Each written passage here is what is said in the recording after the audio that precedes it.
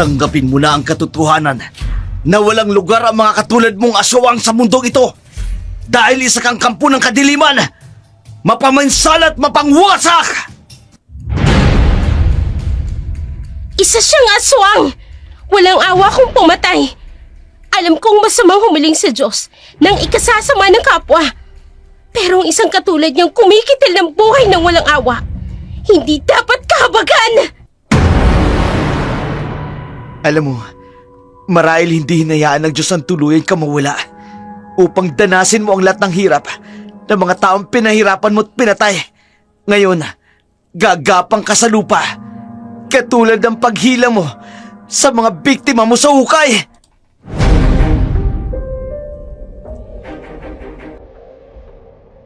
Isang mapagpalang araw po sa inyo, Dark Shadow. Itago na lamang po ninyo ako sa pangalang Rosemary. Ang kwentong ito ay tunay na nangyari noong taong 2011. Nasa huling taon lamang po ako noon sa kolehiyo. Payapa naman po ang lahat hanggang dumating ang isang pangyayari na tuluyang gumulo sa aming buhay. Upang lubos niyo pong maunawaan, hayaan niyo pong ikwento ko sa inyo ang lahat.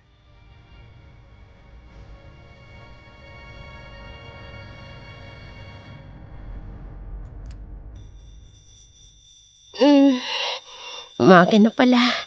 Nakakatamad pumasok. Makabangon na nga. Baka malate pa ako eh. Inaantok pa talaga ako.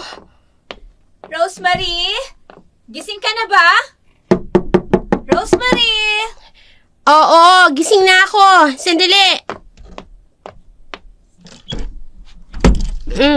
Hay nako, ang hirap mo talagang gumising ng umaga. Oh, mauna na ako sa'yo Mas maaga kasi ang klase ko kesa sa'yo. Dinaanan lang talaga kita kasi pinadalhan kayo ni Mama ng pritong galunggong. Ang sweet talaga ni Tita Noriel. Kaya namimihasa si Mama na walang luto. Palaging sinasalo ni Tita. Sinabi mo pa? Hoy, maligo ka na. Baka mamaya, malate ka. Magkaklase tayo sa subject na Sir Victus. Oo na, maliligo na. Ingat ka sa biyahe ha. Oo, sige.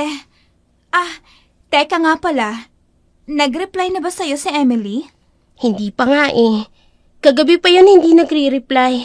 Hindi bale, magkikita naman na kami mamaya. Sa bagay.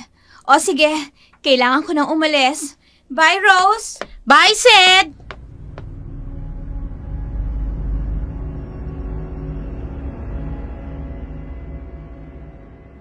Pagkaalis ni Sed, pinilit na Rosemary na mag-ayos kahit tinatamad pa siya, lalo na't bahagya pang pumapatak ang ulan sa labas. Para sa kanya, masarap sanang magbabad sa higaan, ngunit kailangan niyang bumangon para pumasok. Hindi siya maaring umabsent dahil may paparating silang exam. Pagkatapos niyang gawin ang kanyang morning routine, agad siyang nagtungo sa sakayan ng jeep, siksikan at punuan ito. Dahil maraming estudyante rin ang papasok sa kanilang paaralan, sa wakas, nakasakay na rin siya. Habang nasa loob ng jeep, may narinig siyang mga usap-usapan.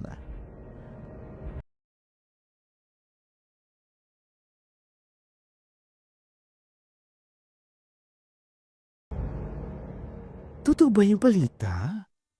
Ang alin? Ang tungkol dun sa pinatay na estudyante sa kabilang university? Oo, yun nga. Grabe daw ang pagbatay. Ay, totoo yun. Kawawa nga eh. Sino kaya daw ang pumatay, no? Ay, kasalukuyan pang iniimbestigahan ng mga pulis. Ako sana mahuli ka agad dahil kawawa naman yung pinatay na estudyante. Ay, oo nga. Patay na estudyante?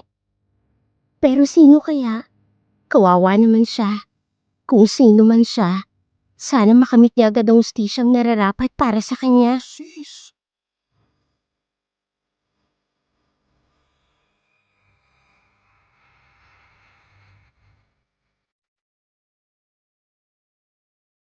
Patuloy ang usap-usapan sa loob ng jeep tungkol sa isang estudyanteng pinatay. Tahimik na nakikinig si Rosemary sa mga nag-uusap. Ewan ba niya kung bakit, pero parang nakararamdam siya ng kaba. Pagsapit niya sa kanilang universidad, nagtataka siya. Nang makitang may mga pulis sa labas ng gate, maraming estudyante ang nagkukumpulan. Dahil sa pagtataka, dali-dali siyang pumasok sa loob. Doon ay napatda siya sa kanyang nakita.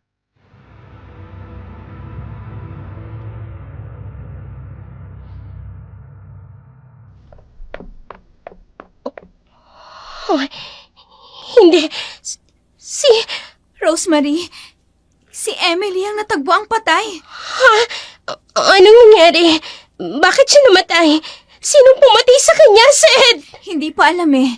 Diyos ko. Basta, natagpuan siya ng janitor sa abandonadong building. Pero sabi ng mga pulis, alleged rape and homicide. Under investigation pa kasi. Diyos ko. Ang kaibigan ko. Sinong may gawa nito sa kanya?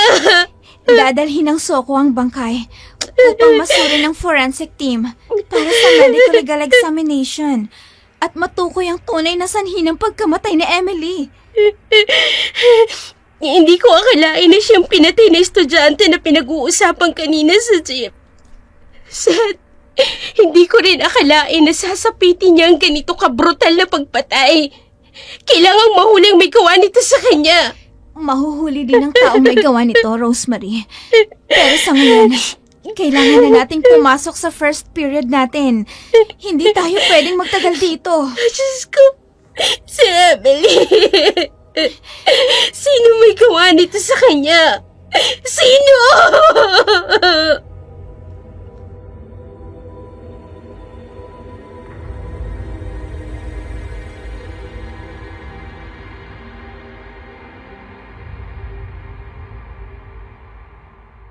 Wala sa sariling sumunod si Rosemary sa kanyang pinsang si Sed. A regular student ito, kaya meron silang subject na pareho. Alam din itong matalik na kaibigan niya si Emily. Muli siyang naiyak nang lingunin ang bangkay ng kanyang kaibigan. Dilat ang mga mata nito na parang takot na takot. May marka sa liig na parabang kinalmot ng mahaba at matatalas na kuko. Pagpasok nila sa classroom, nakasalubong niya ang kanilang dean na si Dean Hipolito.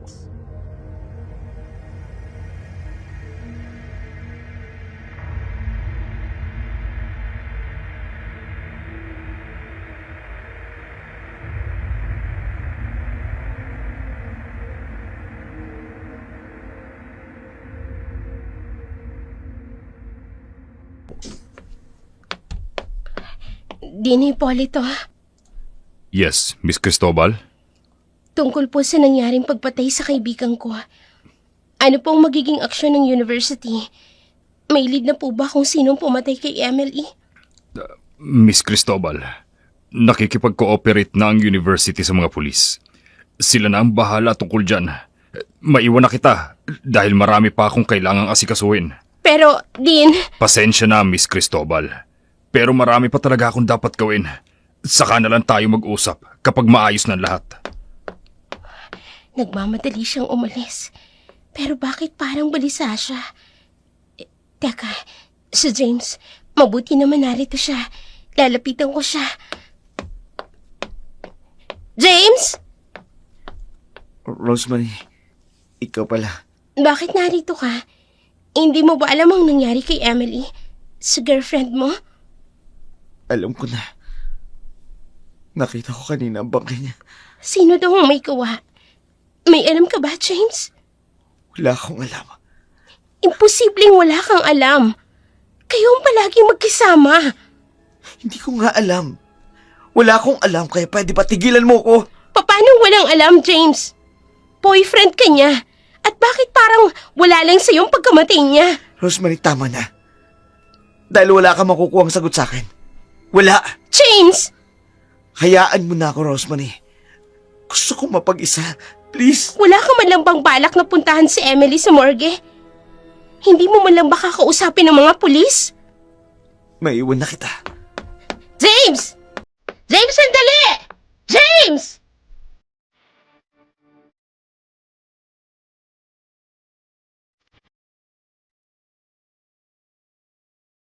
Naguguluhan at naiinis si Rosemary sa tila kawala ng interes ni James sa nangyari kay Emily. Mabigat ang katawan niya nang maupo sa kanyang assignment set at muling nilingon si James sa kasalukuyang tulala. Nakatingin lamang sa labas ng bintana at nakahalukip-kip. Muling umagos ang luha sa mga mata ni Rosemary dahil sa awa at paghihinagpis sa pagkawala ni Emily. Lumipas ang mga araw mula nang matagpuan ang bangkay ni Emily, ngunit wala pa ring balita si Rosemary tungkol sa kaso. Kaya naman, nag-self-investigate siya tungkol sa nangyari kay Emily.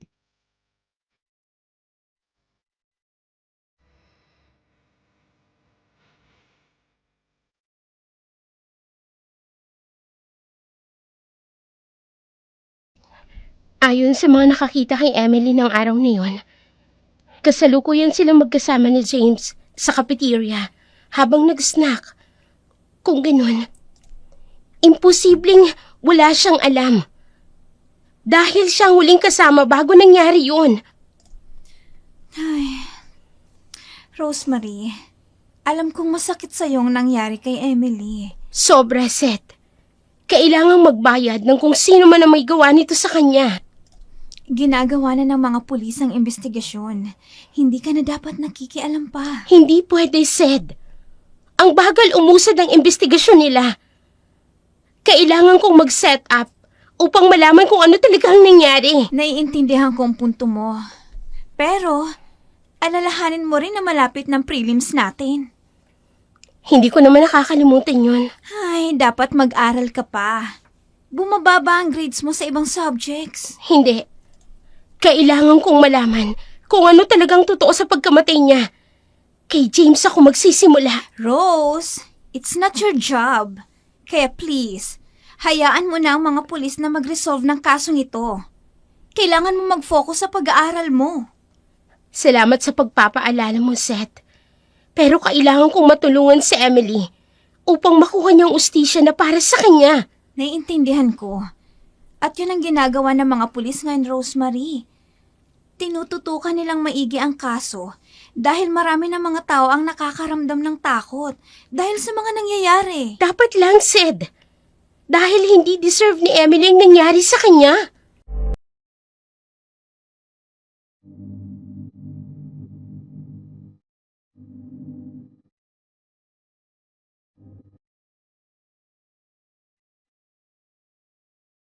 Hindi nakinig si Rosemary kay Seth. Patuloy pa rin ang kanyang pag-iimbestiga sa mga nangyari kay Emily. Isang araw, sinundan niya si James sa part-time job nito sa isang fast food chain. Napansin kasi niyang tila balisa ito at palaging palingon-lingon sa paligid. Tumambay si Rosemary sa naturang lugar at hinintay na matapos ang shift ni James. Halos 5 oras din ang kanyang hinintay. Nang makita niyang palabas na ng fast food chain si James, isang sasakyan ang huminto sa harapan nito. Hindi niya matukoy kung sino ang nasa loob dahil fully tinted ang mga salamin ng sasakyan. Napabuntong hininga si Rosemary sa mga oras na yun. Lalo siyang nakumbinsi. May alam nga si James tungkol sa pagkamatay ng girlfriend nitong si Emily. Kaya naman, nang sumunod na mga araw, muling nilapitan ni Rosemary si James upang kausapin.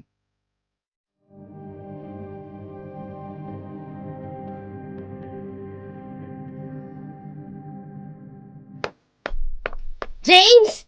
Sandali lang! Ano bang kailangan mo, Rosemary? Kailangan nating mag-usap Tungkol saan? tungkol sa nangyari kay Emily. Ilang beses ko bang sasabihin sa'yo? Wala akong alam sa pagkamatay niya. Wala nga ba talaga? Bakit ka ba laging umiiwas? Pinagbibintangan mo ba ako? Bakit may itinatago ka ba? May alam ka ba? Wala akong alam. Kaya nga pwede ba, Rosemary? Tigilan mo na ako. Nagluluksa din akong katulad mo. Nagluluksa ka! Pero bakit parang wala kang interes na alamin kung ano talagang nangyari sa kanya, James? Dahil ba may alam ka at itinatago mo lang? Ikaw ang huling taong kasama niya bago siya pinatay. Are you accusing me of murdering my own girlfriend? Marahil oo, pinagbibintangan kita. Dahil wala akong nakikita na kahit anong interes mula sa'yo tungkol sa kaso ng girlfriend mo. Ikaw dapat ang nangungunang maghanap ng katotohanan. Pero parang wala lang sa'yo ang lahat. How could you? Wala kang alam. Wala kang alam, Rosemary. Kaya wag mo kong pagsasalitaan ng ganyan. Then sabihin mo para maintindihan ko. I'm sorry.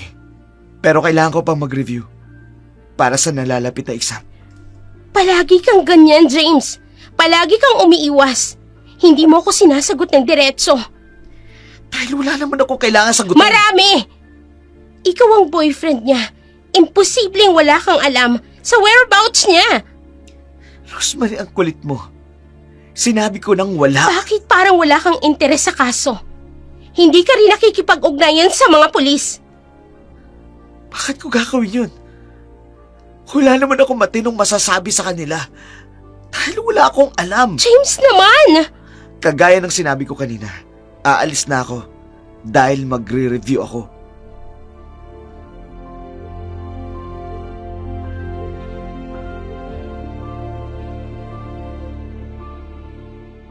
Napailamos na lamang sa galit at pagkadismaya si Rosemary dahil wala siyang nakuhang matinong sagot kay James. Sinundan na lamang niya ito ng tingin habang tinatahak nito ang daan patungo sa library. May ilang estudyante rin ang napahinto sa kanyang kinatatayuan. Nakakaagaw pansin kasi ang kanyang pag-iyak, ngunit wala siyang pakialam. Gusto lamang niyang ilabas ang kanyang sama ng loob. Kinabukasan, ramdam ni Rosemary ang pag-iwas sa kanya ni James. Lalong nagpatindi na kanyang pagdududa sa lalaki. Kaya naman, sa mga sumunod na araw, nagpasya si Rosemary na magtungo sa police station.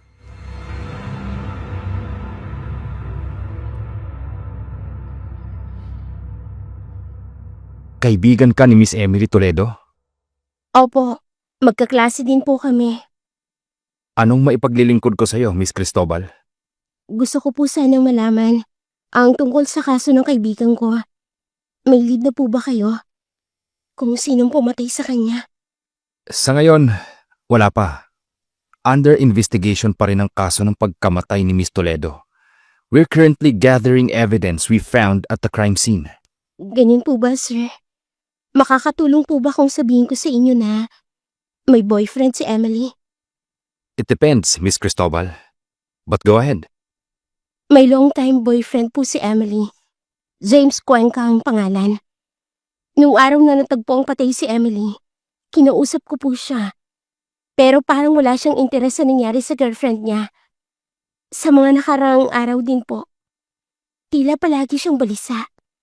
At ayaw na pag-usapan ng tungkol kay Emily. May nakapagsabi rin po sa akin na siya ang huling kasama ni Emily bago siya natagpo ang patay. Salamat sa impormasyon, Miss Cristobal. Makakatulong po ba ito sa investigasyon ninyo? Sisiguraduhin naming may imbestigahan ng mabuti ang lahat ng posibleng lead. Kabilang si James Cuenca. Mahalaga ang inyong mga obserbasyon para sa kaso. Gusto ko kasi talagang mabigyan ng hustisya ang nangyari sa kaibigan ko. Patuloy ang aming pag-iimbestiga at gagawin namin ang aming makakaya para matunto ng katotohanan. Inspector, hindi ako titigil hanggat hindi nalalantad ang buong katotohanan. Kami rin, Miss Cristobal. Isa itong kagilagilalas na krimen na dapat tutukan at tuldukan. Alam ko may tinatago si James at gagawin ko ang lahat para makuha ang hustisya na para kay Emily. Kaya please po, gawin niyo din po ang lahat. Makakaasa ka na gagawin namin ang lahat upang agarang mabigyan ng hustisya ang nangyaring krimen kay Miss Toledo.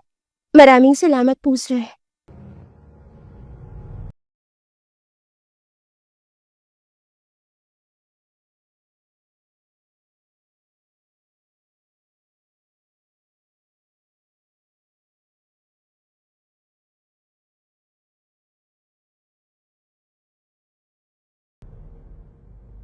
Pagkagaling ni Rosemary sa police station, dumiretso na siya sa kanyang panghapong klase. Nasa isip niya ang pag-asa na iimbestigahan ng mga pulis si James upang malaman kung may kinalaman nga ito sa pagkamatay ni Emily. Samantala, Sa boarding house naman ni James, bigla na lang may 2 pulis na lumapit sa kanya at sinabing inaanyayaan siya sa presinto para sa ilang mga katanungan. Wala nang nagawa si James kundi sumama na lang sa presinto.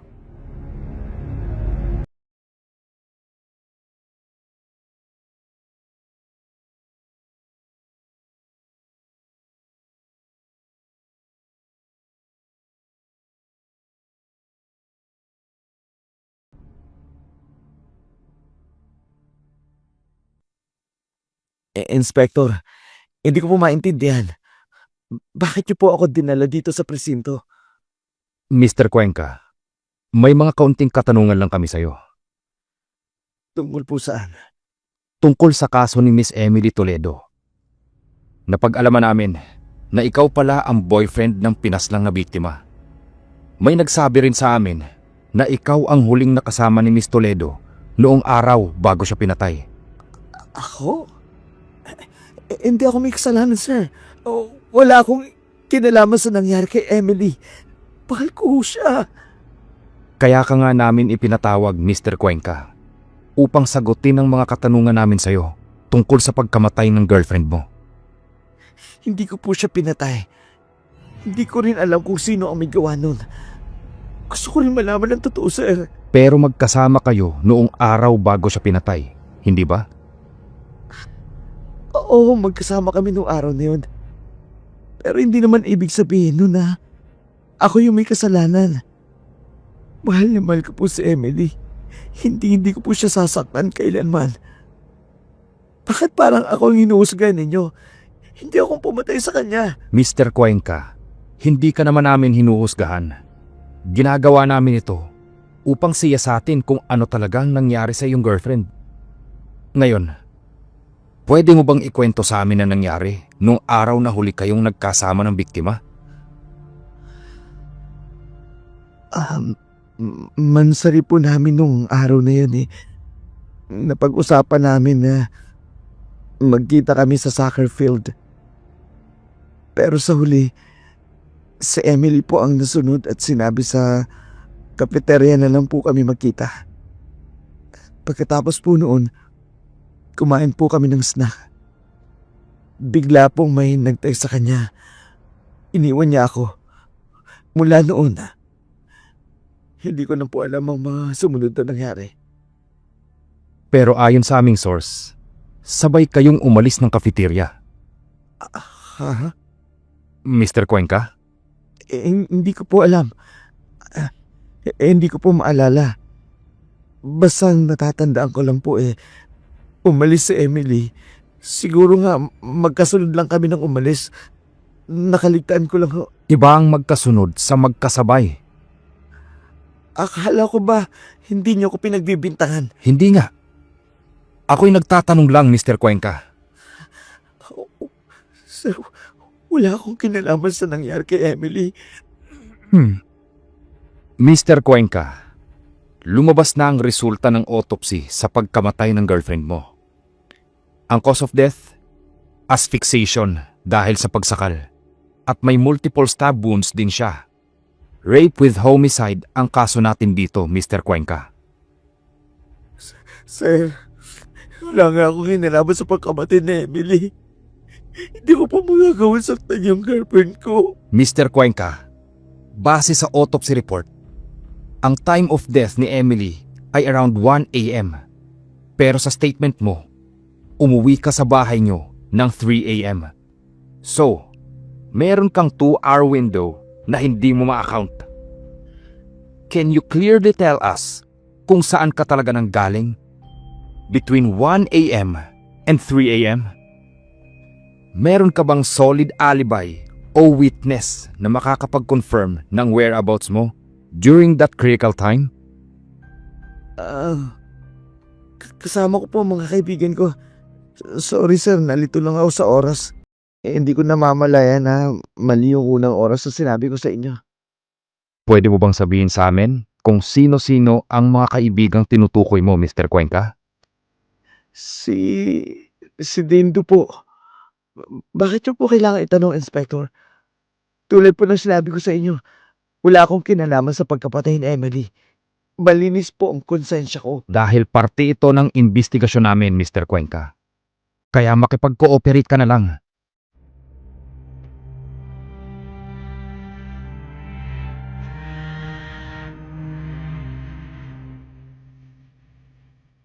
Pagkatapos ng investigation, umalis na si James sa presinto. Ngunit hinabol siya ni Inspector Torre. May dalang matinding pagdududang tingin. Sa isip ng inspector, may mga lapse holes sa mga pahayag ng pinata. Subalit, hindi niya ito maaring arestuhin dahil wala pang solidong ebidensya laban kay James. Kaya naman, muli siyang kumilos upang alamin ang buong katotohanan. Kung may kinalaman nga ba ang kanilang person of interest sa kaso na si James. Samantala, tinawagan ni Rosemary si Inspector Torre upang humingi ng update tungkol sa nangyaring investigasyon kay James. Ayon sa inspector, pinakawalan muna nila si James dahil wala pa silang sapat na probable cause para i-detain siya. Kinabukasan, sa universidad, nakita ni Rosemary si James na nagmamadaling lumabas ng gate. Kaya kaagad niya itong sinundat.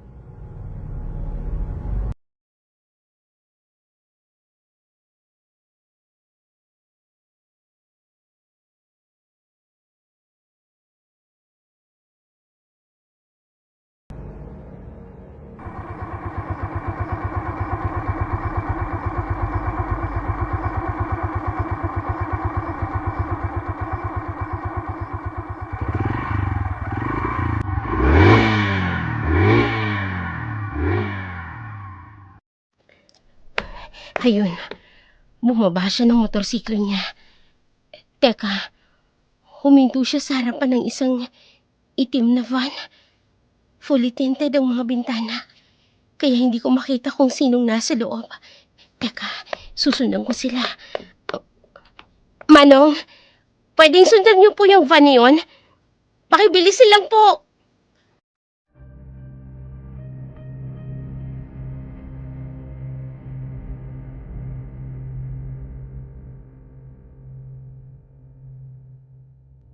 Muling sinundan ni Rosemary ang van na sinasakyan ni James.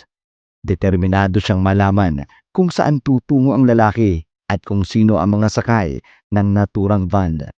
Ilang sandali pa'y huminto ang van sa isang kilalang private Chinese restaurant.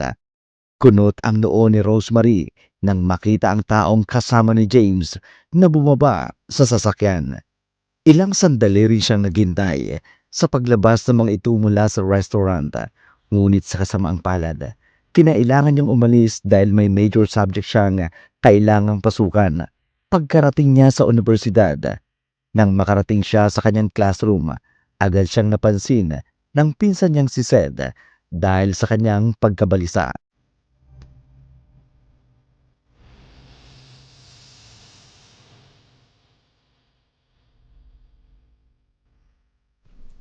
Ayos ka lang ba, Rosemary? Ha? Oo, ayos lang ako. Ay, huwag ka na ngang magsinungaling. Kilalang kilala kita. At alam kong hindi ka okay. Seth, Oh, kanina kasi, sinundan ko si James. Rose, bakit mo naman ginawa yun? Makinig ka na muna, ha? Kanina, sinundan ko siya dahil nakita ko siyang nagmamadaling lumabas ng gate. Tapos, nakita ko siyang sumakay sa isang van. Kaya sinundan ko ulit siya. At alam mo ba kung sinong iba pang sakay ng van? Rose, malamang hindi. Si Dean Hippolito. Okay. Anong okay? Okay, kasi unang-una, wala namang masama kung magkasama sila, di ba? Kasi scholar ni Dean Hippolito si James, remember? Oo nga pala. Oh, kita mo na. Masyado ka kasing nakafocus dyan sa kaso ni Emily. Hay nako, Rose. Naiintindihan ko na gusto mong mabigyan siya ng hustisya. Pero, hayaan mo naman sana mga pulis kasi gawain nila yun. Trabaho nila yun. Gusto ko lang naman makatulong. At isa pa, ang weird ng ikinikilos ni James lately. Parang wala siyang interes sa kaso ni Emily. Kayong boyfriend siya nito. Ay, naku naman, Rose.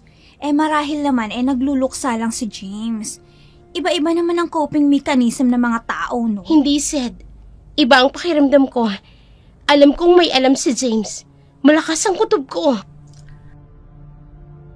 Napailing na lamang si Sed dahil sa tinura ni Rosemary. Hindi lingid sa kanya na malapit talagang pinsan niya sa kaibigan nitong si Emily. Sa kabilang banda, pagkatapos ng kanilang klase ng hapon na yun, sabay silang lumabas ng gate ni Rosemary. Pero bahagyang siniko ni Sed si Rosemary nang mapansin niyang magkasama si Din Hipolito at James na kaagad namang nakaagaw ng pansin ni Rosemary. Diba? Sabi ko sa'yo eh. Palagi talaga silang magkasama. Hindi naman sila dating kanya noon. Sa bagay may point ka. At parang may malalim din silang pinag-uusapan, Rosemary. At aalamin ko kung ano yun. Sasamahan na kita. Huwag na. Baka kung mapahama ka pa eh. At ikaw, paano kung mapahama ka rin? Halika na nga, sundan na lang natin sila. Mukhang aalis na sila, oh. Sige, tayo na.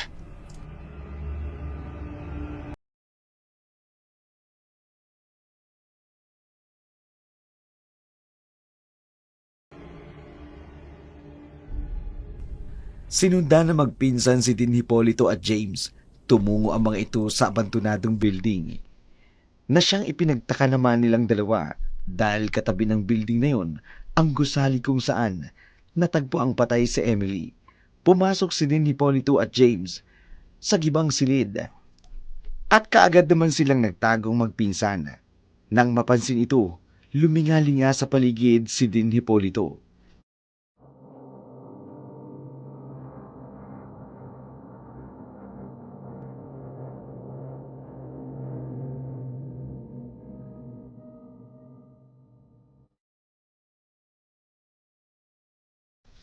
Lalapitan ko ang silid na pinasukan nila. Ha? Naku, wag na, Rose. Baka kung makita ka pa nila. Sed, kailangan kong marinig kung ano ang pinag-uusapan nila. Kung bakit kailangan dito pa sila mag-usap. Sige, pero mag-iingat ka, ha? Hindi nila pwedeng malaman na sinundan natin sila. Sige, dito ka lang ha. Okay, sige, dito lang ako. Uy, mag-iingat ka, ha? Oo, mag-iingat ako. Dahan-dahang lumapit si Rosemary sa kinaroroonan nila Hipolito.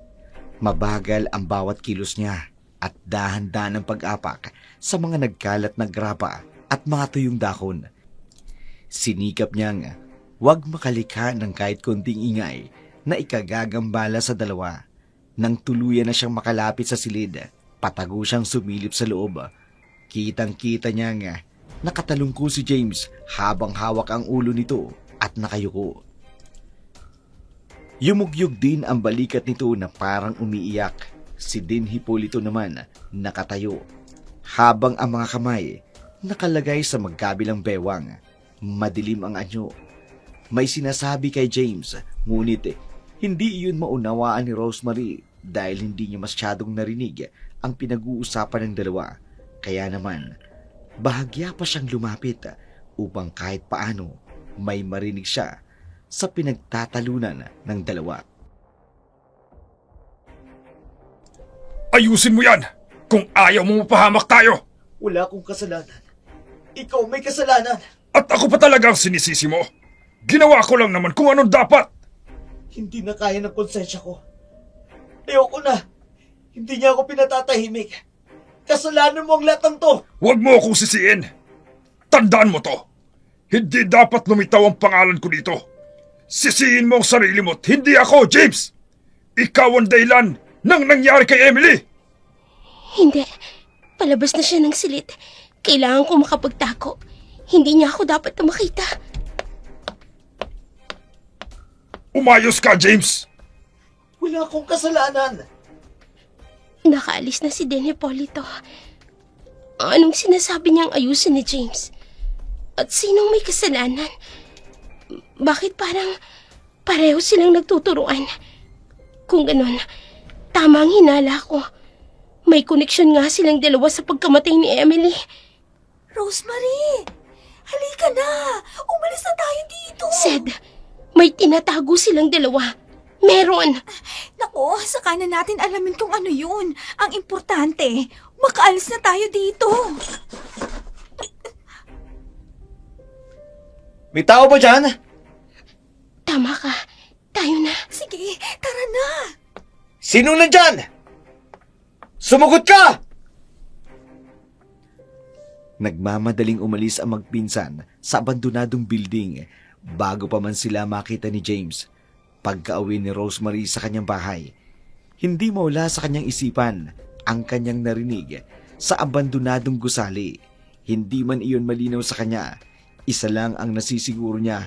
Si Emily ang pinag-uusapan ng dalawa at may koneksyon si James at Hipolito sa pagkamatay ng kanyang kaibigang si Emily. Kaya naman, kinagabihan, pinuntahan ni Rosemary si James sa tinitirhan nito. Nasa labas pa lamang siya ng pinto, narinig niya na ang mga sigaw ni James at malinaw na malinaw sa kanya ang mga sinabi nito. Binabanggit ang pangalan ni Emily. Tama na! Patahimikin mo na ako, Emily! Patahimikin mo na ako! Raula! Sinasabi ko na nga ba? May alam si James. Bubuksan ko ang Ayoko pinto. na!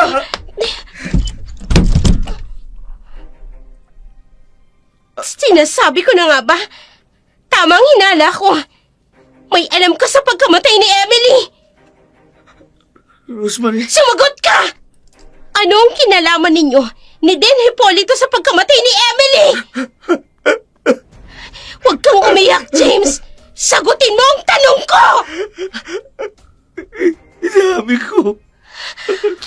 May alam ako. Bakit inilihim mo?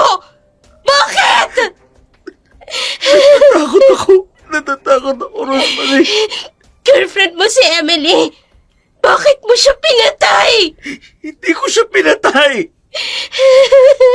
God knows na hindi ko kaya pumatay ng tao. Lalo na si Emily. Kung ganon, sinong pumatay sa kanya? Sino? Si Den Hipolito. Ano?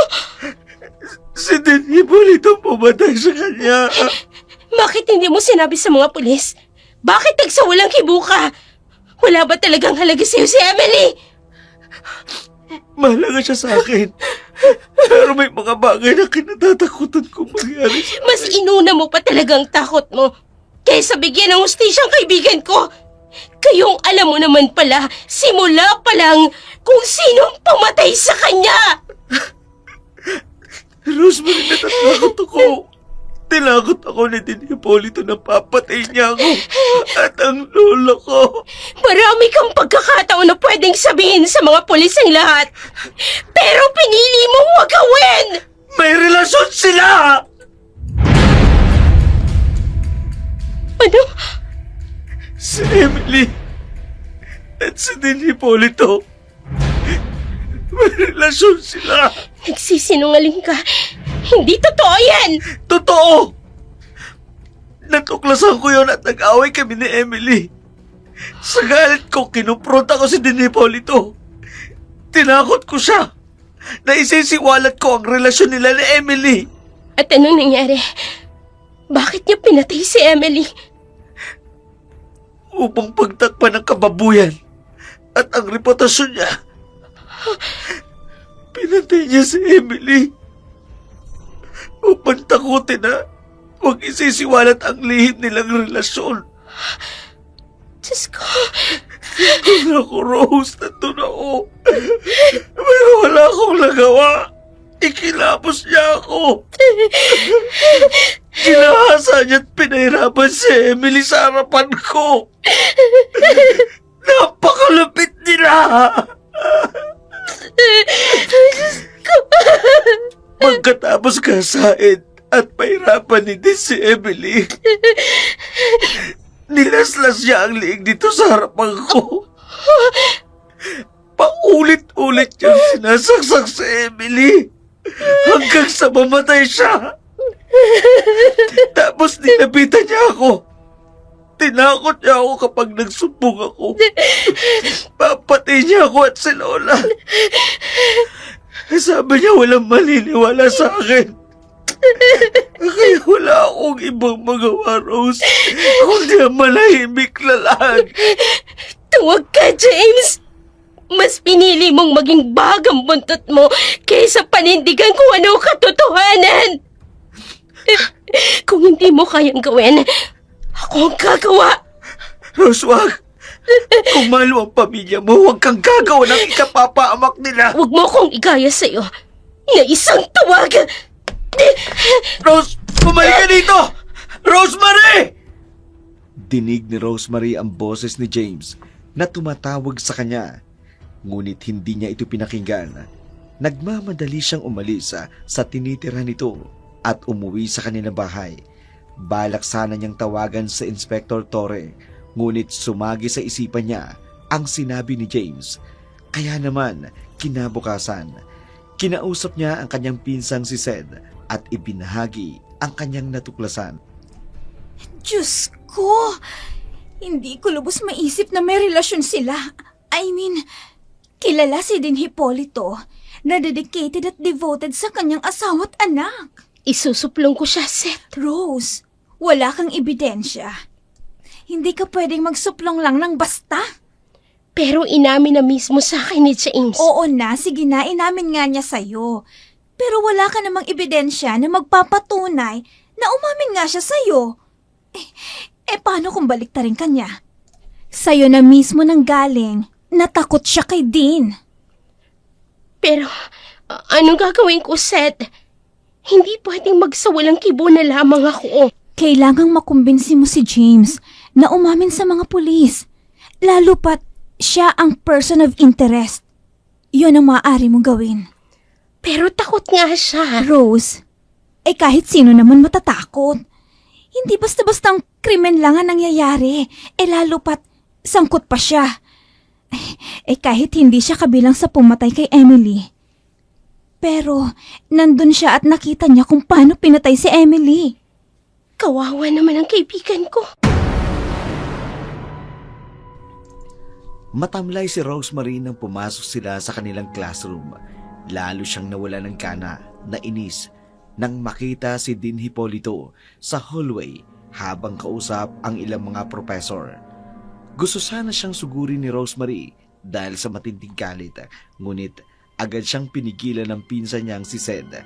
Kinahapunan, habang naghihintay ng jeep pa uwi, namataan ni Rosemary si James palabas ng gate, kaya dali-dali niya itong nilapitan.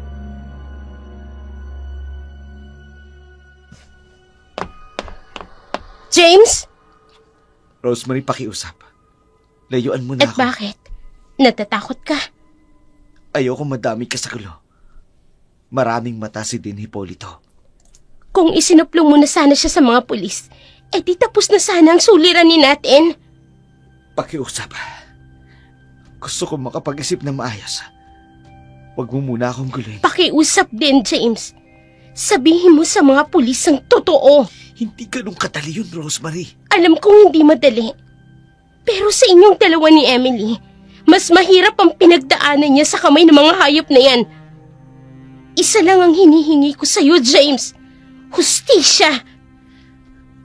Rosemary, wala kang alam kung gaano katindi ng pinagdaanan ko sa bawat araw. Dahil dala-dala ko ang bigat ng dulot ng pagkamatay niya. Kung ganon, magsalita ka na para patahimikin ka na ng konsensya mo.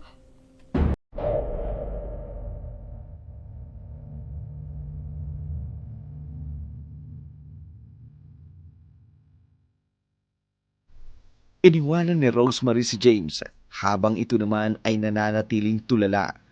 Halo-halong emosyon ang nararamdaman niya, galit at matinding pagkalismaya dahil pakiramdam niya wala talagang balak si James na magsalita tungkol sa nangyari kay Emily.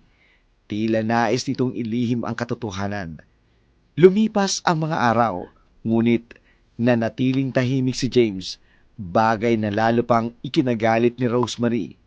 Ilang beses niya rin itong sinubukang kausapin, ngunit patuloy siyang iniiwasan ni James. Isang araw, nagtaka si Rosemary nang bigla siyang ipatawag ng Dean sa office.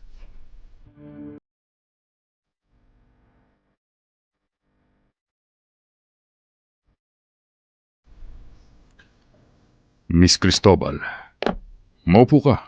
Bakit niyo po ako pinatawag, Dean Hipolito? Dahil gusto kong pag-usapan natin ang performance mo this semester. Maayos naman po ang performance ko Miss Cristobal, alam mong hindi totoo yan. May nakapagsabi sa akin na madalas ka raw lumiliban sa klase mo at nakikipagkita ka sa kaklase mong si Mr. Cuenca. Tungkol ho ba ito sa performance ko this sem? Oo naman. Bakit? May iba ka pa bang naiisip na dahilan? Wala na ho. Miss Cristobal, layuan mo sana si Mr. Cuenca. At bakit ko naman po gagawin yon? Kasi, he's a troubled person. Hindi siya makakabuti sa'yo, lalo na sa pag-aaral mo. Kung ganon, bakit ako po yung pinatawag mo at hindi si James? Gayong siya pala yung may problema at hindi ako. May point ka. Pero sa tingin mo ba, makikinig sa'kin ang mga katulad ni James? Kaya ikaw ang pinatawag ko, Rosemary. Dahil concern ako sa'yo. At bilang din ninyo dito sa kolehiyo, itinuturing ko kayong parang mga anak. Handa akong tumulong at umagapay sa inyo, lalo na kapag naliligaw kayo ng landas. Hindi po kaya mas mabuting tutukan ninyong lutasin ang tungkol sa kaso ni Emily Toledo? Ha? Dean, kung wala na po kayong sasabihin pa, gusto ko na po sanang umalis. May kailangan pa po kasi akong i-review sa isang major subject ko. Nanginginig sa galit ang kalooban ni Rosemary. Lihim na nakakuyom ang kanyang mga kamao. Gustong-gusto niyang sumbatan si Dean Hipolito, ngunit pinilit niyang maging kalmado kahit pakiramdam niya sasabog na siya. Pagkalabas niya ng Dean office, agad siyang sinalubong ng pinsan niyang si Sed. Magkasama silang pumunta sa soccer field. Doon niya ikunento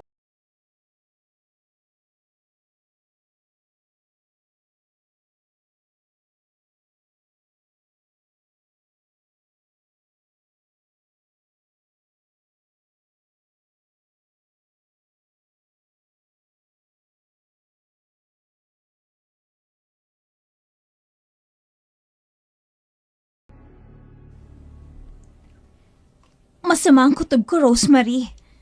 Anong ibig mong sabihin? Hindi kaya nakukutuban na ni Dean Hipolito na meron ka ng alam? Hindi ko alam. Pero yung mga tingin niya sa akin kanina, malalim at tila ng aarok. Mas kailangan mong mag-ingat. Delikadong tao si Dean.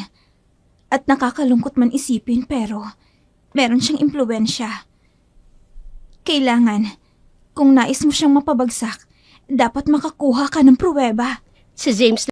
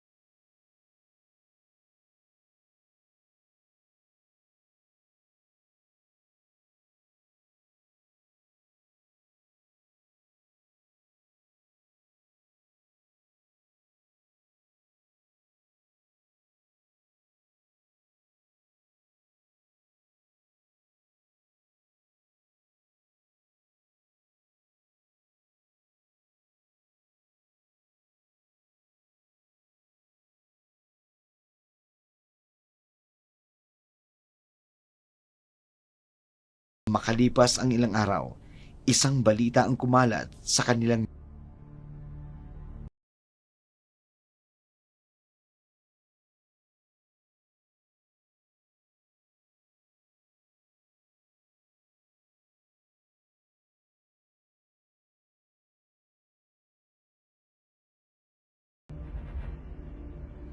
nayon. Sed, anong nangyayari? Bakit nagkakagulo sa bahay ni Tia Lucing? Rosemary, yung pinsan nating si Russell, patay na! Ano? Bakit? Kahapon, dapat nakauwi na siya dito sa baryo. Pero ang sabi ni Tia Lucing, hindi raw nakauwi si Russell. Kaya hinanap nila kagabi. Pagkatapos, natagpuan nila si Russell sa malapit sa gubat. Duguan at wala ng buhay. Nahanap na ba ang kriminal na may gawa ng kahayupang ito? Hindi pa. Nag-iimbestiga pa ang mga pulis. Rose, kawawa naman ang pinsan natin. Napakabata niya para mamatay. Magbabayad ang may gawa nito. Kailangang makulong siya at mabulok sa kulungan.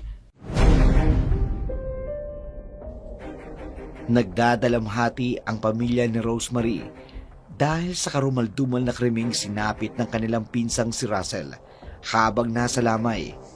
Namataan ni Rose si Inspector Torre kaya agad niya itong nilapitan upang makausap tungkol sa nangyari sa pinsan. Inspector, Miss Cristobal, nakikiramay ako sa nangyari sa iyong pinsan. maraming salamat. Marami ng mga kaso ng pagpatay dito sa lugar natin. May lead na ho ba kayo? Kung sino may gawa nito sa pinsan ko?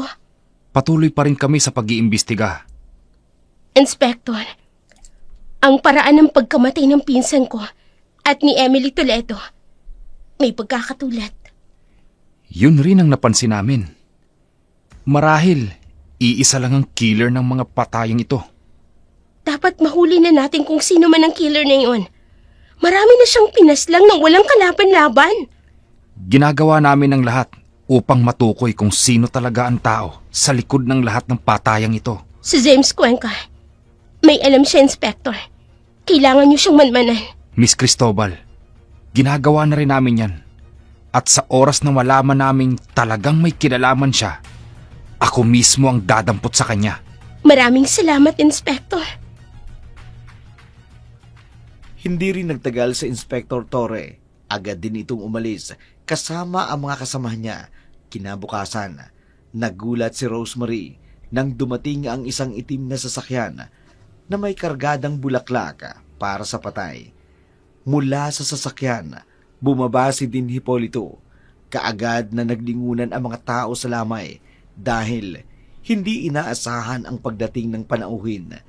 Nang mamataan siya ni Din, agad siyang nilapitan nito na may kakaibang ngiti sa mga labi. Nakikiramay kami sa pagkamatay ng pinsan mo, Miss Cristobal. Nahuli na ba ang may gawa sa kanya ng karumal-dumal na krimeng ito? Hindi pa. Pero sisiguraduhin po namin din. Mahuhuli ang sino mang may sala sa pagkamatay niya. Ipagdarasal ko yan. Hayop ka. Kung hindi masamang pumatay, baka pinatay na kita. Miss Cristobal, saan ba namin pwedeng ipwesto ang bulaklak ng patay na dala namin? Kahit dito na lang ho sa labas. Puno na kasi sa loob. Wala nang espasyo para sa bulaklak na dala ninyo. Sayang naman. Mamahaling bulaklak pa naman ang dala ko. Tapos, mukhang mababasa lamang ng ulan. Maiwan ko na ho kayo. Marami pa ho akong dapat asikasuhin. Nagpupuyo sa galit si Rosemary. Madilim ang kanyang mga mata habang sinusundan ng tingin si Din Hipolito. Ngayon ay kinakausap ang kanyang tiyahin na umiiyak para itong maamong tupa.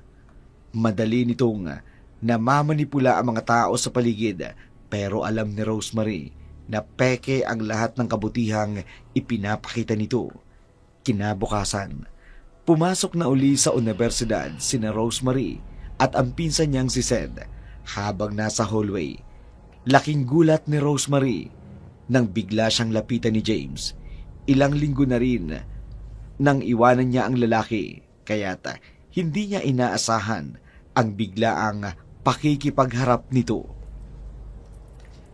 Rosemary, pwede ba kitang makausap? Himala yata, James. May lakas ng loob kang harapin ako ngayon. Alam ko, ilang beses kitang iniwasan. Pero sana, maunawaan mo ko kung saan ako nanggaling. Anong kailangan mo ngayon? Handa na ako. Ano? Hindi na ako natatakot. Lalaban ako. Lalaban tayo. Handa na ako magsalita. Sasabihin ko na sa mga pulis ang nalalaman ko tungkol sa pagkamatay ni Emily. Talaga? James, maraming salamat. Dahil alam ko, hindi titigil si Din Hipolito. Ang pinsan mo. Si Russell? Bakit? May alam ka ba kung sinong pumatay sa kanya? Kutob ko lang. Pero ang uri ng pagpatay, parehong pareho kay Emily. Ibig mong sabihin, maaaring si Dinang... May posibilidad. Siya lang naman ang kilala kong makagagawa ng ganitong klaseng krimen.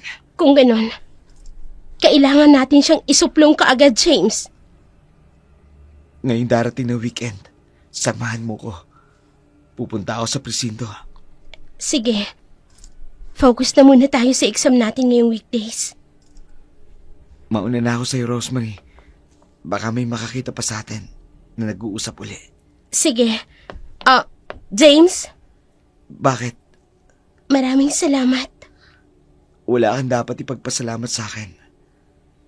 Nung ko pa dapat ito ginawa, hindi ko na dapat pinatagal pa. Ang mahalaga, handa ka nang itama ngayon ang pagkukulang mo.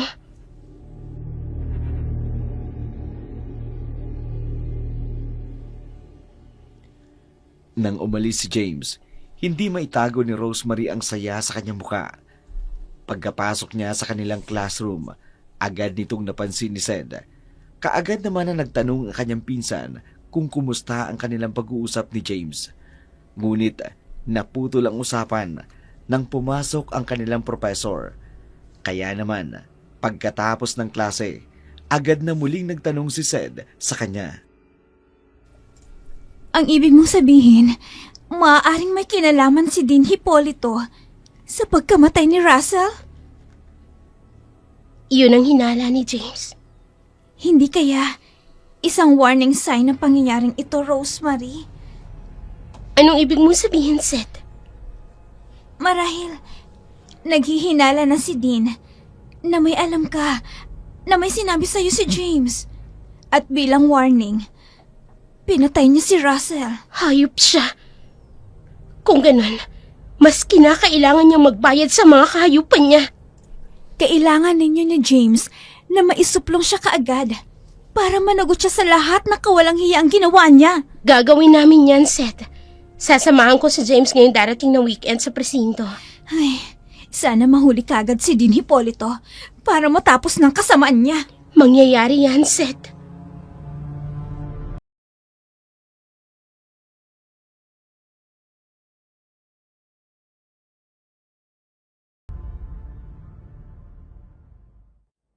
Mabilis na lumipas ang mga araw. Sabado ng gabi, tulad ng napag-usapan ni na James at Rosemary, mag-aalas 7 ng gabi nang sunduin siya ng binata sa kanilang bahay upang magtungo sa presinto. Sakay ng motorsiklo ni James, tinahak nila ang madilim na kalye ng Baryo Banaag. Pagsapit nila sa masukal at madilim na bahagi ng kalsada, bigla na lamang may humarang sa kanilang daraanan. Kaagad na bumalot ang kakaibang kaba sa kanilang katawan.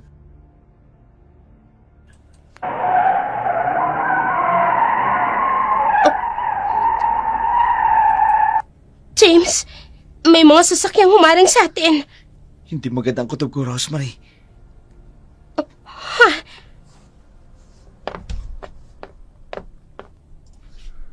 Magandang gabi sa inyong dalawa.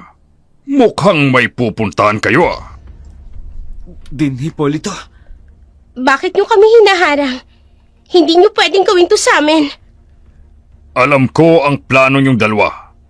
At hindi ako tanga upang hayaan kayong magtagumpay. Walang hiya ka din. Pinatay mo ang kaibigan kong si Emily! Anak ka ng teteng, James. Hindi mo magawang pigilan ang kakatihan ng bunganga mo. Sinasabi ko na nga ba, ikinanta mo sa babaeng ito ang sikreto natin. Ikaw, huwag mo kong idadamay.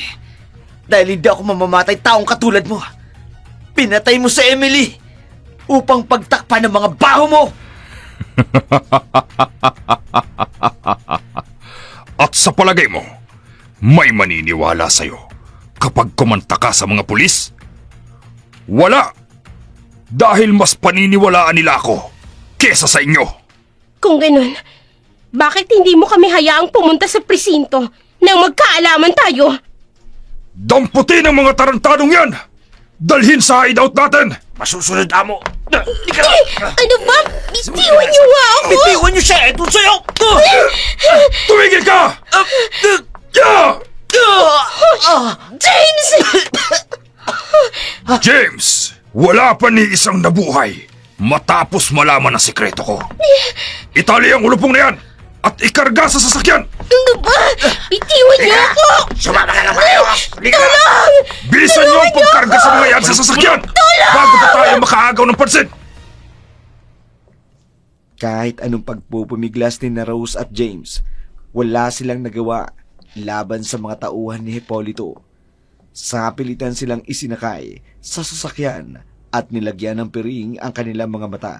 Samantala, kinabukasan, pumunta ang ina ni Rosemary sa bahay ng pinsan nitong si Sed. Umiiyak siya habang tinatanong si Sed kung may alam ito kung saan pumunta si Rosemary dahil nawawala raw ito. Kaagad namang nakaramdam ng kaba si Sed nang maalala ang sinabi ng kanyang pinsan. Napupunta ito at si James sa presinto upang isiwalat ang nalalaman nito tungkol sa kaso ni Emily. Samantala, sa hideout ni Hipolito, patuloy na nag-iisip ng paraan sina James at Rosemary upang makatakas.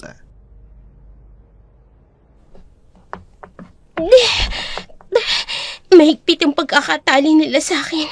Hindi ko maigalaw-galaw mga kamay kong nakagapos. Ako rin. Pero dapat makalis tayo dito, Rosemary. Dahil kung hindi tayo aalis dito, hindi tayo hayang mabuhay ni Din Hipolito. Tiyak napapatay niya tayo. Talagang natunugan nilang plano natin laban sa kanya. Marami siyang mga mata sa paligid. Hindi siya basta-basta nuutakan. Patawarin mo ko, Rosemary. Sana noong preliminary investigation pala, sinabi ko na kay Inspector Torre ay nalalaman ko. Huwag mong sisihin ang sarili mo. Ang mahalaga, makatakas tayo dito upang makapagsumbong tayo sa mga pulis.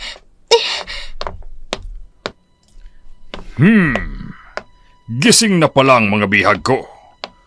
Kumusta naman ang tulog ninyong dalawa? Gusto nyo ba ng kape? Demonyo ka! Pakawalan mo kami rito! Rosemary. Ayos ka lang ba? May kinikidnap ba na basta-basta na lang pinakakawalan? E di sana, kung ganun lang din naman pala, ay hindi na ako nagpakahirap na kidnapin kayo. Hayop ka! Wala kang awa. Anong gagawin mo sa amin, ha? Papatayin mo rin ba kami? Depende. Sa ngayon kasi, galit ako eh. Galit ako sa tarantadong to. James! Anong akala mo, James? Hahayaan na lang kita? Ako ang gumasto sa pag-aaral mo sa university. Inisponsoran kita bilang scholar ko. Tapos, gagaguhin mo lang ako. Ano ka? Siniswerte? Ha? Tama na! Huwag mo na siyang saktan! James, ayos ka lang ba? Sinipa ko siya ng 2 beses. Tapos, tatanungin mo kung ayos lang siya. Sira ba ang tuktok mo? Alam mo, ang dapat sa'yo, para maalog yung utak mo, sampalin ng ganito. Huwag mo siya saktan! Ako na lang ang saktan mo! Pinakaayaw ko sa lahat ay yung mga bobo. Yung obvious na, magtatanong pa. Sa oras na makawala kami rito, sisiguraduhin ko mabubulo ka sa bilangguan! Yun ay kung makaalis pa kayo rito. Rosemary naman, kaya ako nga kayo dinampot at dinala dito para pigilan yung bunganga nyo. Din, nangangako ako. Wala kaming pagsasabihan sa mga nalalaman namin. Pakawalan mo lang kami. James! Huli na, James. Ikinanta mo na eh. Mamayang gabi, pagbalik ko, iisipin ko kung anong magandang kamatayan ang ipapataw ko sa inyo. Maiwan ko muna kayong dalawa. Magmuni-muni muna kayo. James, ano yun? Bakit mo sinabi yun? Kailangan kumpinsin natin si Hipólito na hindi natin sasabihin sa mga pulis ang totoo upang pakawalan niya tayo. Reverse psychology, Rosemary. Yun ang ginawa ko. Pues hindi ko kaya maging plastic at magsinungaling sa harapan niya. Sa tingin mo ba, kapag namatay tayo pareho, may makakaalam pa ng totoo? Sisikapin nating makatakas, James. Kumuha tayo ng ibang paraan dahil hindi ko kaya makitang pagmumukha ng demonyong Hipólito na yan. Naawa si Rosemary sa kalagayan ni James. Nakabaluktot ito dahil sa sakit mula sa 2 beses na pagsipan ni Hipólito. Naiiyak ang dalaga sa pinaghalong takot at kaba. Naisin man niyang makatakas, hadlang sa kanila ang mga gapos at ang mga bantay ni Hipólito. Sa kabilang dako naman, dahil sa matinding pag-aalala, pumunta si Sed sa presinto upang alamin kung dumaan nga ba roon sina James at Rosemary. Doon ay naabutan sa Inspector Torre na halatang abala kung anuman ang tinatrabaho nito. Magandang araw sa iyo, Inspector. Magandang araw din, ma'am. Pwede ka bang malaman kung anong sadya mo? Kasi po yung pinsan ko pong si Rosemary Cristobal. Alam ko po na kilala niyo siya. Oo. Si Miss Cristobal. Kilalang kilala. Bakit po? Anong tungkol sa kanya? Umalis po kasi sila kagabi ni James Cuenca. Magtutungo daw po dito sa presinto. Pero hindi pa ho sila umuuwi hanggang ngayon. Ma'am.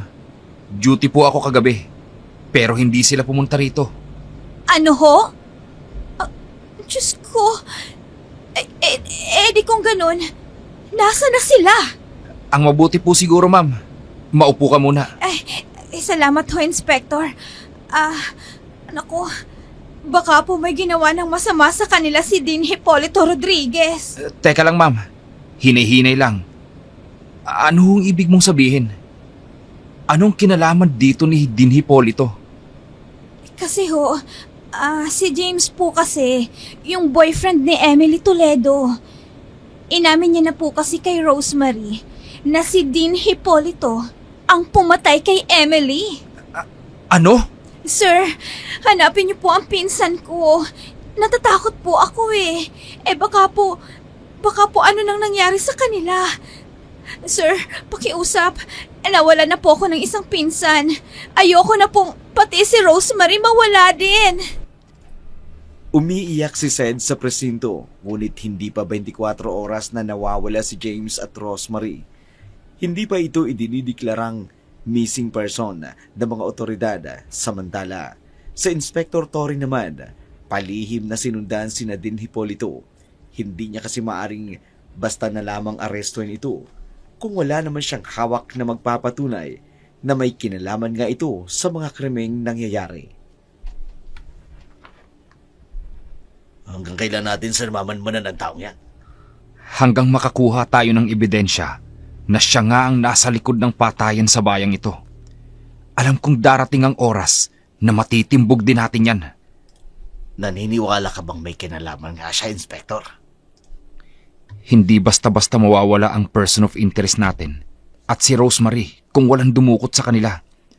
Ayun, mukhang paalis na ang sasakyan niya. Bilis! Sundan natin! Areglado. Sa oras na mapatunayan nating may itinatago nga ang taong yan, sisiguraduhin nating hihimas siya ng malamig na rehas. Patuloy na sinundan ni na Inspector Torres si Den Hipolito, ngunit wala silang nakitang kakaiba dahil dumiretso ito ng uwi sa kanilang bahay pagkagaling nito sa universidad. Kinabukasan, muling bumalik si Sed sa presinto, nanghihingi ng kasagutan at tulong kay Inspector. Kitang-kita ang labis na pag-aalala sa mukha nito. Hindi naglaon, dumating ang kapamilya ni James Cuenca at in-report na nawawala na rin ang kanilang anak. Kaagad namang kinausap ng Inspector ang mga ito upang panandaliang kumalma. Kumalma ho muna tayo. Ginagawa na po namin ang lahat upang mahanap ang mga kamag-anak ninyong nawawala. Inspector, please naman po. Nag-aalala na kami. Kasi baka kung may mangyari ng masama sa pinsan ko. Naiintindihan ko, Miss Doctolero. Pero kami na po ang bahala. Kapag nakakuha po kami ng lead, agad ho naming ipagbibigay alam sa inyong lahat. Inspector, si Dean Hipolito ho. Malakas po ang kutob ko na meron po siyang kinalaman sa pagkawala ni James at ni Rosemary. Siya lang po ang may motibong dukutin sila. Ay, kagaya ng sinabi, Miss Doctolero, hindi tayo pwedeng basta-basta mandampot ng tao. May batas tayong sinusunod. Ganun lang po ba yun? Dahil ba maimpluwensya siya? Kaya siguro natatakot kayo sa kanya. Walang kinatatakutan ng batas, Miss Doctolero. Pero kailangan naming may makuhang patunay na siya nga ang dumukot sa pinsan mo. At yun ang ginagawa namin. Kailangang siyasatin naming mabuti ang lahat ng anggulo ng krimen upang matukoy ang tunay na may sala, upang usigin siya ng batas. Basta ho ako, sinasabi ko sa inyo ang nalalaman ko. Sa oras na may mangyaring masama sa pinsan ko, kayo talaga ang sisisihin ko! Marahas na napabuntong hininga si Inspector Torre. Gustong-gusto niyang sugurin at hulihin si Dean Hipolito dahil may masamang kutob din siya. Sa naturang din, subalit kagaya ng sinabi niya, hindi niya iyon basta-basta magagawa kung wala siyang pinanghahawakang pruweba. Samantala, sa hideout ni Hipolito, umiiyak si Rosemary dahil sa kawalan ng pag-asa. Paano ba tayo makakatakas sa kadenang to? Huwag mong ubusin ang lakas mo, Rosemary. Habang nagtatagal tayo rito, mas lalong nanganganib ang buhay natin, James! Alam ko yun. Maswerte na lang tayo dahil hindi bumalik dito kagabi si Hipolito. Pero alam ko, ano mo oras ngayon babalik siya para patayin tayo. Hindi ako papayag na mapatay niya. Kailangang malaman ng lahat ang mga kahayupang ginagawa niya. Ipagdasal na lang natin, Rosemary, na makaalis tayo dito ng buhay. Oh, kumusta kayo, aking mga bihag? Mukhang nangihina kayo ah. Hindi ba kayo pinakain ng mga bantay ninyo? Din, pakawalan mo na kami. Pangako, walang makakalam ng lahat ng to. Hindi kami magsusumbong sa mga pulis. Alam mo, James, katulad ng sinabi ko, pinagkatiwalaan kita. Ginastosan bilang scholar ko. Pero tatraydorin mo rin lang pala ako. Dahil hindi siya kasing halang ng bituka mo. Rosemary. Sa totoo lang, matalino ka. Pero pakialamera ka. Alam mo, hindi ka na sana nadadamay dito eh. Kung hindi mo lang inudyukan itong gagong ito na magsumbong sa mga pulis. Dahil nararapat ka lang na makulong. Huwag kayong mag-alala. Hindi ko na patatagalin pa ang paghihirap ninyong dalawa. Anong pinabalak niyong gawin sa amin? Tinatanong pa ba yan? Natural! Papatayin! Hindi! Takawalan mo kami rito! Hayop ka! Bonong! Kunin ang motorsiklo nitong si James. Anong... Makinig kayong dalawa. Ganito ang laro natin. Maglalaro tayo ng karera para naman hindi boring ang kamatayan nyo. Hayop ka, Hipolito! James, dapat inalam mo muna yan bago mo ko kinalaban. Ngayon, balik tayo sa laro ng kamatayan ninyo. Ang gagawin nyo, sasakay kayo sa motorsiklo. Tapos, hahabulin namin kayo. At sa oras na mahuli namin kayo, hindi ko na siguro kailangan pa na sabihin kung anong kahihinatnan nyo. Hindi ba? Bakit mo ginagawa sa amin to? Sayang naman kasi. May mga sasakyan naman tayo. Di gamitin na natin para pang karera. Kesa naman tumakbo kayo. Baka sabihin nyo, may sasakyan naman. Hindi ko pa ipinagamit sa inyo. Hayop kayo. Wala kayong kasing sama. Sige na! Sumakay na kayong dalawa sa motorsiklo at hahabulin na namin kayo. Bilis na! At nangangati na ang mga kamay ko na patayin kayong dalawa! Parang isang babangis na hayop si Hipolito.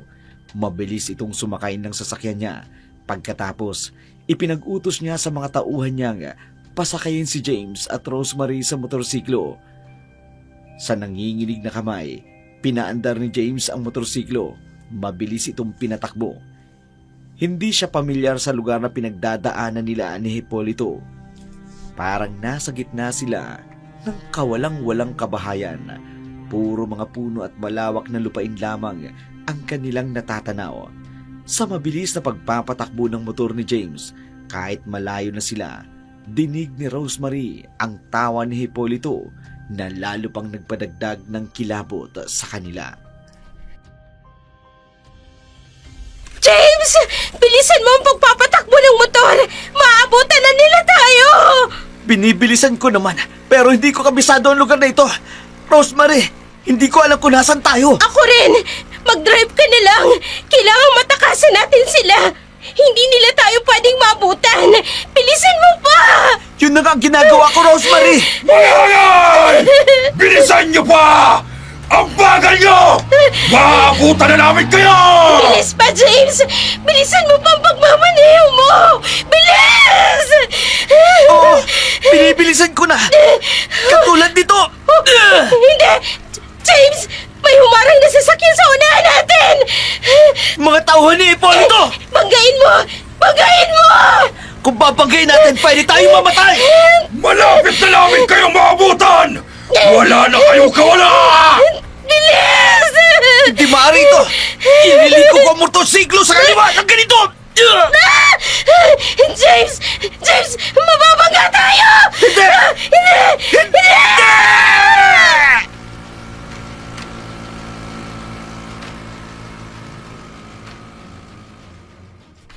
Nabangga ang motorsiklong sinasakyan ni na James at Rose, habang si Hipolito naman ay natutuwa dahil sa nangyari. Tumilapon ang dalawa sa damuhan dahil sa impact ng kanilang pagkakabangga. Sa kabilang dako naman, patuloy ang pag-aalala ni Sed kay Rosemary. Sumapit naman kasi ang gabi, pero hindi pa rin nahahanap ng mga pulis. Wala pa rin ba talagang lead, Inspector? Hindi pa malinaw. May natanggap kasi kaming tip na may nakakita ng motor ni Mr. Cuenca. Gamit-gamit ng isang hindi kilalang persona. Ano ho? Nasa na ho yung gumamit ng motor? Nahuli na ho ba? Baka siya po makakapagturo sa atin kung nasa ng pinsan ko. Inaalam pa ng mga kasamahan ko kung sino ang taong yun. Dapat malaman nyo kaagad. Dahil habang lumilipas ang oras, lalong nalalagay sa panganib ang pinsan ko. Huwag kang mag-alala, Miss Doctolero. Ginagawa na namin ang lahat upang matagpuan sila ng ligtas. Noong gabing yun, Hindi lamang ang pamilya ni Rosemary ang labis na nag-aalala, maging ang pamilya ni James ay ganun din. Wala silang ibang magawa, kundi ang pumikit at magdasal na lamang na sana'y ligtas at buhay pa sina Rose at James. Sa kabilang dako naman ng mga oras na yun, pilit na bumabangon sina Rosemary at James sa kabila ng kanilang mga tinamong sugat dulot ng pagkakabangga. Mabuti na lamang at walang masyadong major damage na nangyari sa kanila. Mild lamang ang naging impact ng kanilang pagkakabangga. Rosemary, may malaking sugat ka. Kakayanin mo bang tumakbo? Tingnan mo nga naman. Buhay pa rin kayo. Gusto nyo talagang ako ang tumapos ng buhay nyo? Din, pakawalan mo na kami. Hayaan mo na kami. Hindi ko hahayaang makatakas ka, James. Matapos mong malaman ang sekreto ko. Ikonsidera mo na ang sarili mong patay. Katulad nito. Itong ganti ko. Ginagalit mo ako. Sige, pagbibigyan kitang tarantado ka. Tanggapin mo to.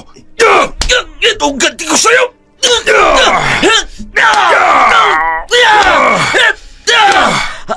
Matigas ka. Ang dapat sa'yo, paluin ang ulo mo ng ganito. Hindi! James! Ayan, tinawalan ka ng malay. Walang hiya ka! Wala kang kasing sama! Alam mo, naririndi na ako. Diyan sa bunganga mo. Halika dito! Bitiwan mo ang buko! Gusto mo rin bang maranasan ang ginawa ko kay James? Ha? Katulad nito! Sinuntok mo siguro ako. Gusto mo bang malaman kung paano ko pinatay ang kaibigan mo si Emily? Ayop ka! Una, sinakal ko siya ng ganito. Hindi ako makaya. Pangalawa, itinulak ko siya. Katulad nito. Tapos, hinila ko siya hanggang sa dumugo ang mga braso at binti niya. Kagaya nitong gagawin ko sa'yo. Tawa na! Parang awa mo na! Hihilahin kita hanggang sa makita kong dumudugo na ang binti mo at ang iyong braso.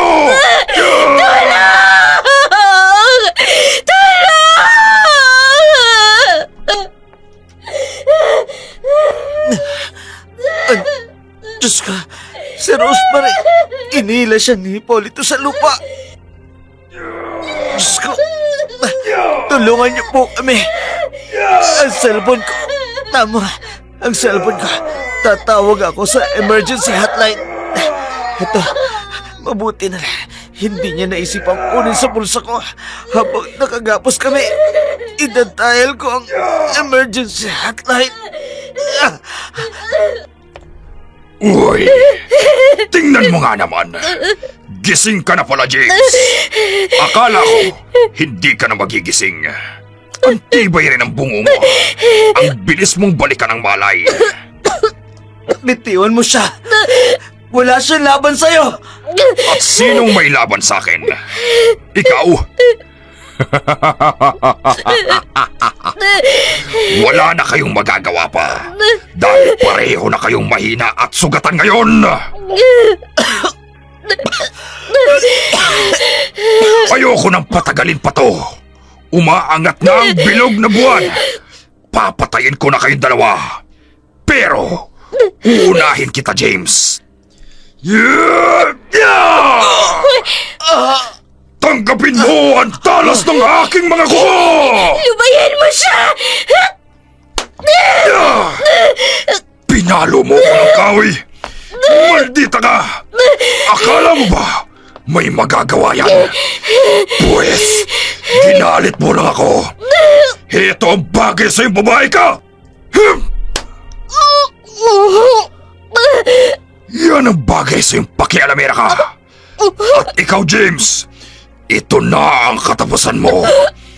Tanggapin mo ang pangalawang saksak galing sa matatalas kong kuko. Hip! Anong... Hipolito Rodriguez! Itigil mo yan kung ayaw mong barilin ka namin! Walang hiya. Nakatawag ka ng pulis, James. Oo, dahil hindi ako papayag na mamatay ng walang hustisya. Gulat na gulat si Hipolito dahil sa nangyari. Hindi niya akalain na gawang makatawag ng saklolo ni James. Napalilibutan na ang lugar na kinaroroonan nila ng mga pulis. Isa itong surprise attack kaya wala nang nagawa ang mga tauhan ni Hipolito. Nang pagdadamputin sila ng mga pulis kasama ni Inspector Torre. Samantala, nagmamadali sina Sed at ang mga magulang ni na Rosemary at James na tumungo sa lugar kung nasaan ang dalawa. Alam nilang delikado pero walang makapipigil sa kanila na alamin kung naroon nga ba ang dalawa sa naturang lugar. Naku, mabuti na lang nakatawag si James sa emergency hotline. Kaya nagkaroon ng lead ng mga pulis kung nasan sila. Naku, tita, bilisan na po natin. Kailangan malaman natin kung ligtas nga ba sila. Tayo na po! Sa madilim na gabi, tinahak ni Sed at ng kanyang mga kasamahan ang masukal na daan.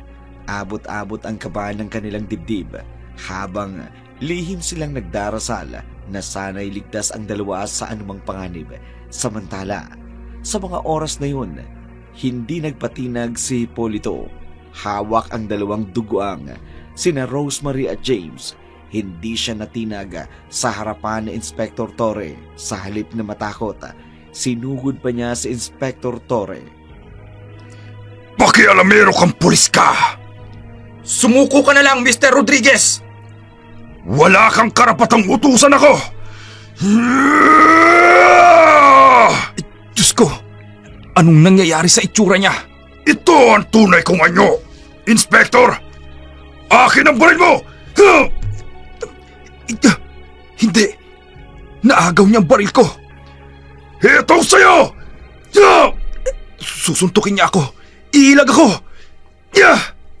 Hetong ganti ko. Mabilis ka, pero hindi ka makatatakas sa kuko at pangil ng isang aswang na katulad ko. Diyos ko, anong klaseng nilalang si Hipolito? Isa siyang halimaw.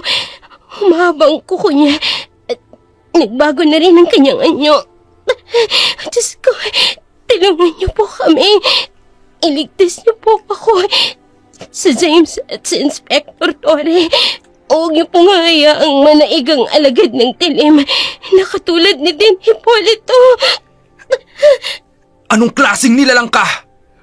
Ito ang tunay na muka ng kamatayan, Inspector.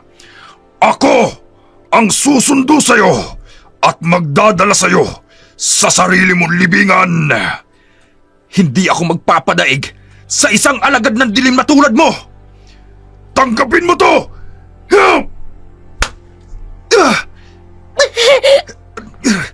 Rosemary! Inspector, kunin mo na po ang baril mo! Hayop ka talagang babae ka! Kunin ko ang baril! Hindi mo basta-basta makukuha yan! Ito ang dapat sa baril mo! Inspector, sinipa niya ang baril. Lumilapon nito sa malayo. Ikaw na babae ka! Nakakadalawa ka na! Halika rito! Tatapusin na kita! Iwan mo ako. Hindi ako makaya. Wala kang kadala-dala! Inubos mo ang pasensya ko! Iwan mo siya!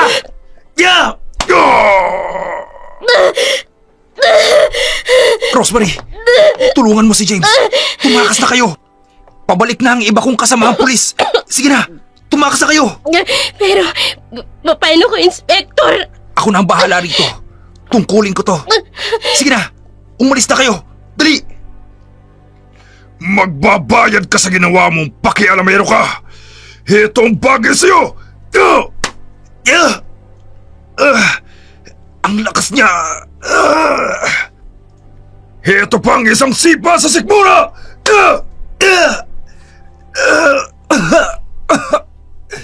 Walang hiya! Ito rin ang ganti ko sa'yo! Hinding-hindi ako matatablan ng karampot mong lakas! Ito pa ang suntok! Tanggapin mo! Wala pang kumakalaban sa akin na nabuhay, Inspector Torre! At para hindi ka na mahirapan pa, papatayin na kita gamit ang matutulis kong kuko. Kagaya nito! Ang Panginoon ay aking pastol. Hindi ako magkukulang. Pinahihiga niya ako sa luntiang pastulan. Inaakay niya ako sa tabi ng mga tubig na pahingahan. Pinanunumbalik niya ang aking kaluluwa. Inaakay niya ako sa mga landas ng katwiran, alang-alang sa kanyang pangalan. Bagaman ako'y lumalakad sa libis ng lilim ng kamatayan, wala akong katatakutang kasamaan, sapagkat ikaw ay kasama ko. Ang iyong pamalo at ang iyong tungkod, inaaliw ako ng mga ito. Hindi! Anong nangyayari? Bakit parang mawawasak ang tenga ko? Matapos mo banggitin ang mga katagang yan! Dahil isa kang alagad ng dilim, isang aswang, takot sa liwanag. Ang mga tulad mo ay takot sa salita ng liwanag. Hindi! Ang sakit! Tanggapin mo ang katotohanan na ang mga tulad mong aswang ay walang lugar sa mundong ito dahil isa kang kampo ng kadiliman, mapaminsala at mapangwasak. Sakit ng ulo ko! Nangina ako! Inspector Torre! Inspector Torre! Anong? Wala ka nang magagawa, Hipolito. Bumalik na ang mga kasamahan ko. Wala ka ng takas. Sa akala mo ba? Ganun lang ako kadaling madaig? Anong? Bumalik na ang lakas mo? Oh!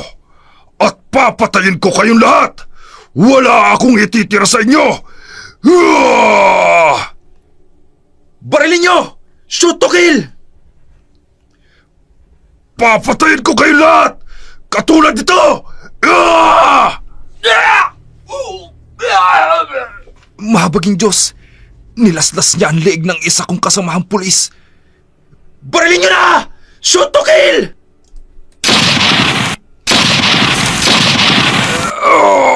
Hindi! Pinapaulan na nila ako ng bala! Mamatay ka na, Hipolito! Uubusin ko ang bala ng baril ko sa katawan mo ng ganito!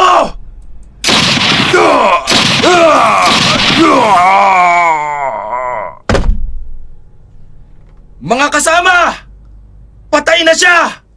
Patay na si Hipolito! Pagkatapos ng madugong inkwentro, agad na tinulungan ni na Inspector Torres sina Rosemary at James. Duguan at lupaypay ang dalawa. Sakto namang dumating sina Sed at ang mga magulang ni na Rosemary at James. Halo-halong tuwa at pag-aalala ang kanilang nararamdaman nang makita ang kalagayan ng dalawa. Kaagad nilang dinala ang mga ito sa pagamutan upang matingnan ang kanilang kalagayan. Lumipas ang isang araw. Nagising si Rosemary sa ospital. Naruroon ang pinsan niyang si Sed. Halatang tuwang-tuwa ang mukha. Ay, naku. Salamat naman, pinsan. Mabuti naman at gising ka na. Alam mo bang, nag-alala kaming lahat para sa'yo. Akala ko nga, hindi na ako makakaligtas pa. Pero wala talagang imposible sa Diyos. Tama ka dun, Rose. Si James, kumusta siya? Si James? Naku, huwag ka mag-alala. Narito din siya sa ospital. Maayos na rin ang lagay niya. Si Hipolito. Hindi ko nga alam eh. Sa dami ng tama ng bala sa katawan niya, naku, himalang nabuhay pa siya. Ano? Sed, hindi tayo ligtas. Isa siyang aswang. Papatayin niya tayo. Rosemary, hindi niya na magagawa yun. Hawak na siya ng mga pulis. At saka isa pa, hindi na rin siya makakalakad. Matindi ang naging tama ng mga bala sa mga binti niya. At kailangan na tong putulin. Dapat lang yun sa kanya.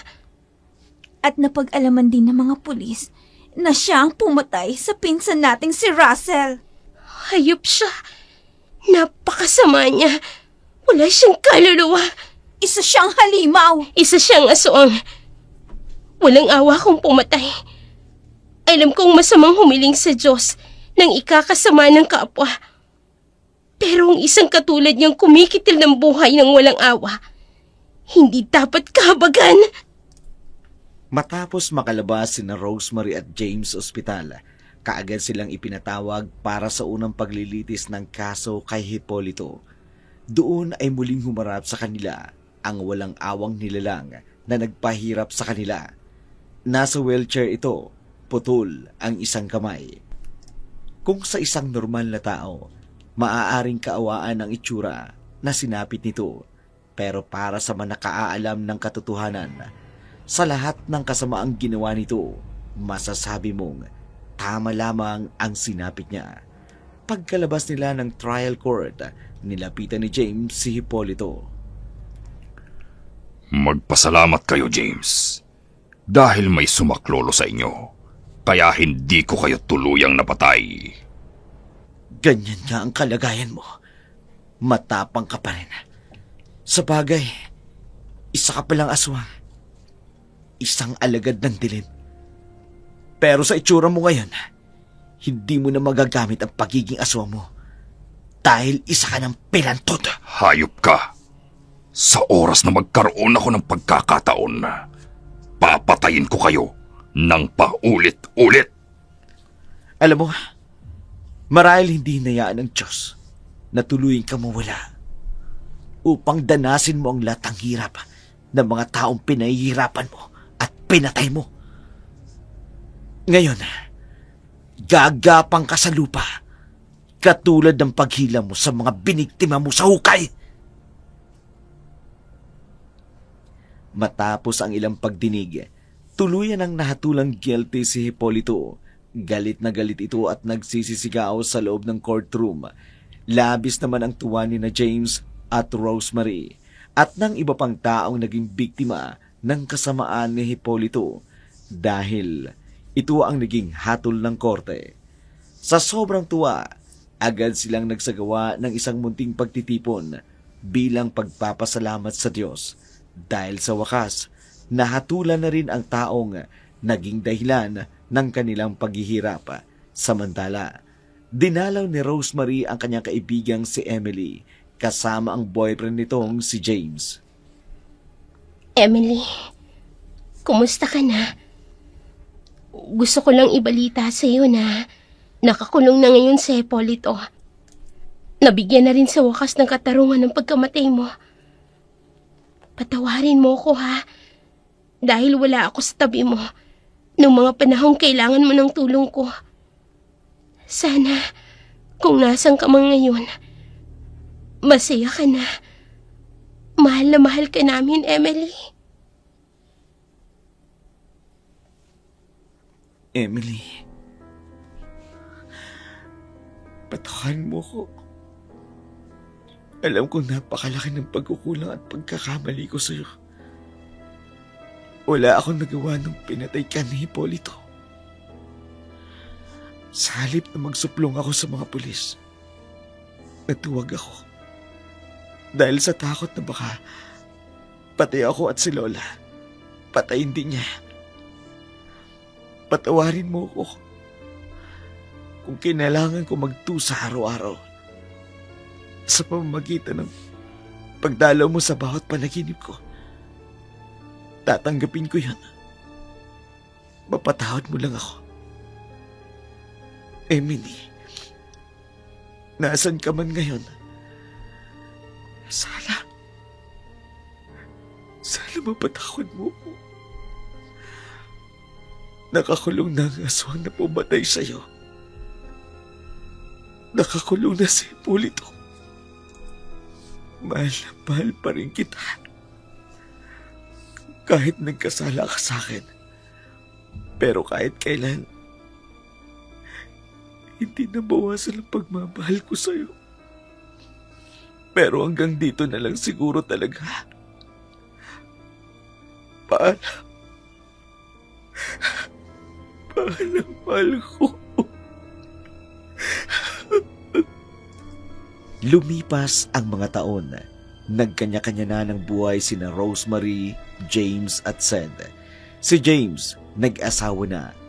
Naninirahan na ngayon sa Bataan. Si Rosemary naman, bagamat wala pang asawa, ay may long-time boyfriend at pareho silang nagtatrabaho sa isang kumpanya sa Brunei.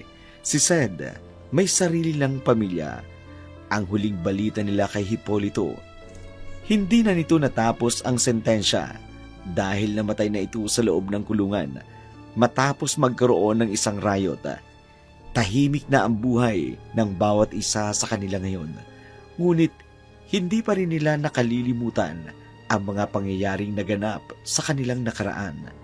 Yun ang araw-araw nilang pinagpapasalamat sa Diyos, sa Panginoon, dahil kailanman hindi sila pinababayaan.